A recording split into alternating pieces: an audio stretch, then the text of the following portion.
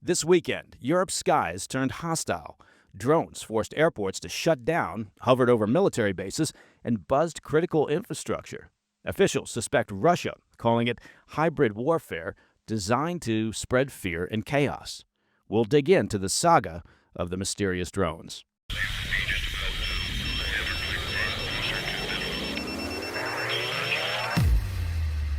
It was a tense weekend across Europe, with unidentified drones causing havoc in at least 7 different nations around the continent. Airports, military bases, and even a hydroelectric power plant, all targeted by what some leaders are calling hybrid attacks. First, in Denmark, where drones appeared over the Karup Air Base, the nation's largest military installation, housing the armed forces' helicopters, airspace, surveillance, and parts of the Danish Defense Command. Prime Minister Mette Frederiksen didn't mince words, calling the incidents hybrid attacks. Denmark's justice minister went even further, saying the goal was clear: to spread fear, divide the population, and frighten the public. And Denmark wasn't alone this weekend. Oslo Airport in Norway was forced to halt operations as well for several hours after unidentified drones were spotted in its airspace. In Lithuania, 3 drones disrupted 7 flights in and out of Vilnius. And it wasn't just military installations and airports. Also, civilian energy facilities were targeted. In Finland, a drone flew directly over a major hydroelectric power plant, a designated no-fly zone, because of the obvious risks to critical infrastructure. Sweden reported its own drone incursions near Karlskrona, home to the country's main naval base. Witnesses described drones with flashing red and green lights flying low over the base, the same pattern seen in Denmark and elsewhere. Police have opened a case, but none of the drones have been recovered. Meanwhile, in Germany, authorities confirmed drone sightings in Schleswig-Holstein, the northern state that borders Denmark. The German Interior Minister warned that the drone threat is high, calling for changes in law that would allow the military to shoot down hostile drones. And finally, in France, drones are spotted over the Mourmelon-le-Grand military camp. That sounds actually a lot better if I'm smoking a Gaulois when I say it. Home to the 501st Tank Regiment and a key training site for Ukrainian soldiers. The French military has not disclosed details about the drone's origin or flight patterns, but an investigation into the breach is underway. Across the map, the pattern was the same: mysterious, unauthorized flights over sensitive sites, military bases, airports, energy infrastructure, and in every case, the same unanswered questions. Where are they coming from? Who's controlling them? And what exactly is their purpose? Now, NATO officials say they strongly suspect Russia is behind these mysterious drones, though Moscow denies it. There's a surprise, calling the accusations a staged provocation. But European leaders are treating the incursions as a coordinated campaign. The French, Danish, and Lithuanian governments all describe them as hybrid warfare, low-level, deniable acts of aggression meant to probe defenses, disrupt civilian life, and test how quickly NATO will respond. For context, NATO has already stepped up its Baltic Sentry mission, deploying surveillance aircraft, naval drones, and even an air defense frigate to the region. In addition, a new Eastern Sentry mission is also underway to guard against further Russian drone incursions into Poland. And within the European Union, 10 defense ministers have agreed to build what they're calling a, quote, drone wall stretching across the continent's eastern flank. The idea is to integrate detection and neutralization systems from Scandinavia down to the Black Sea, essentially a continent-wide counter-UAS shield. But the problem right now is that Europe is playing catch-up. As one Danish official put it, what we're witnessing is an arms race, drones versus anti-drone defenses, and the threat is evolving faster than governments can respond. The strategic purpose appears to be clear. By sending swarms of drones over airports and bases, the suspected adversary is forcing Europe to choose between 2 bad options: shoot them down and risk escalation, or let them fly and risk looking weak. Either way, chaos tends to spread. Flights get canceled, power plants get rattled, and public concern grows. Hybrid warfare isn't about outright destruction. It's about eroding confidence, sowing doubt, and leaving your adversary constantly on edge. And across Europe this weekend, well, it appears to have worked. All right, coming up next, UN sanctions snap back on Iran, and President Trump orders National Guard troops to Portland, Oregon, looking to emulate the crime-fighting effort that was implemented in Washington, D.C. I'll be right back. Hey, Mike Baker here. I want to take just a moment of your time to talk about my favorite purveyor of steaks and beef, and that, of course, would be the great Tri-Tails beef. Now, as I'm sure you're aware, it is back-to-school season. You know what that means. It means the usual chaos around the house, constant shuttling of kids to school and sports events, and regular disagreements over what's for dinner when parents and kids are all running in different directions. Now, the folks at Tri-Tails Beef, they know that feeling. They're a fifth-generation, family-run Texas ranch that understands that feeding a family during busy times is no small feat. So, this month, they're making it easier. When you grab their Feed the Family box, you'll get 2 pounds of premium ground beef for free. That's tacos or burgers or spaghetti, meatballs, chili, whatever your gang demands. It's real beef, pasture-raised, grain-finished, dry-aged, no fillers, no mystery meat, no microwavable shapes for dinner. So if you're ready to reclaim dinner from the jaws of school year chaos, just head over to trybeef.com/PDB. That's trybeef.com/PDB. Because remember, frozen nuggets aren't a food group. And your family, well, they deserve the best. Welcome back to the PDB. The much-anticipated return of UN sanctions on Iran arrived Sunday as European powers pulled the snapback trigger, restoring harsh penalties as the 2015 nuclear deal collapses and patience with the mullahs runs dry. The move at the Security Council, led by Britain, France, and Germany, came after years of the Iranian regime stonewalling inspectors and openly thumbing its nose at the decade-old nuclear accord. European diplomats said the decision reflected a growing recognition that Iran never intended to abide by the deal's commitments. That didn't take them long to figure out, instead using the deal as a cover to push its nuclear and missile programs forward. The sanctions, as we've covered here on the PDB, are sweeping. Militarily, they reimpose a broad arms embargo, ban uranium enrichment and processing, and curb ballistic missile development. Politically and financially, they slap travel bans on dozens of regime officials, freeze assets tied to insiders and entities, and block any supply lines feeding Tehran's nuclear drive. Together, they cut straight to the core of Iran's military and economic lifelines.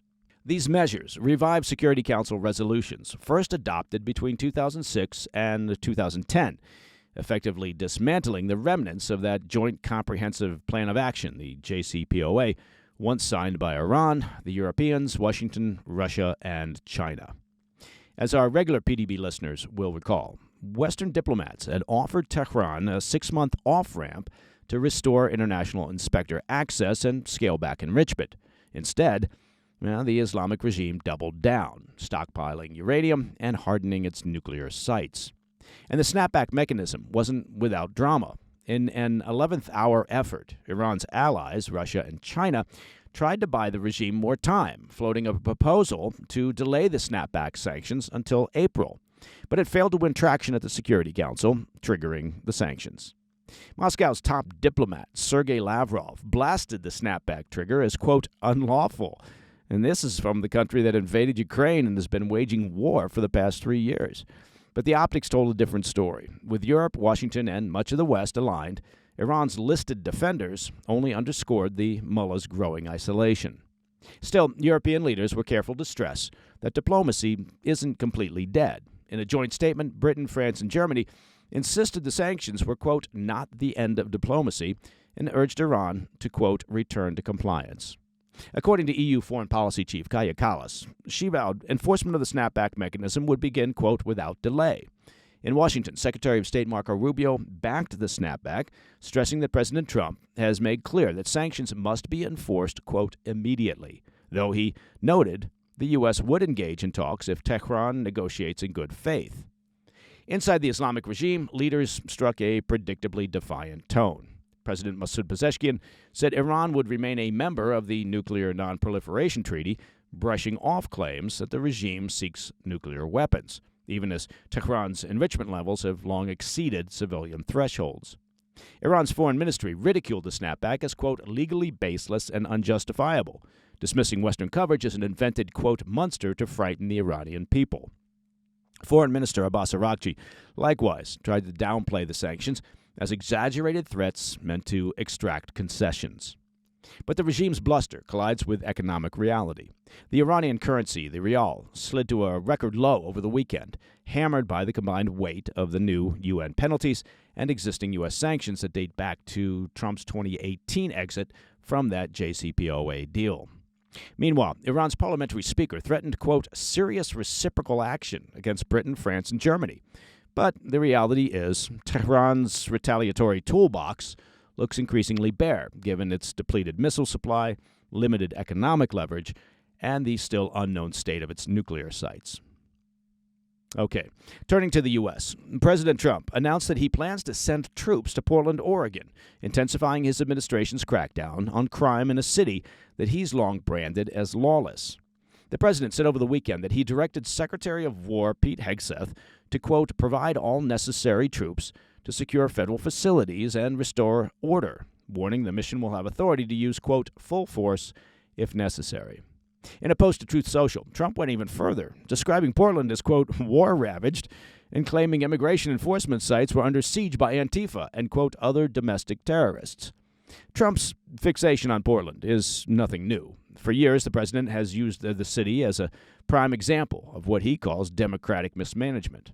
Just last week, he told reporters in the Oval Office that, quote, people die out there. It's amazing anybody lives there. Trump has repeatedly branded the city a, quote, anarchist jurisdiction, vowing to continue to make law and order a centerpiece of his second term by cleaning up the West Coast city. And the numbers do tell the story.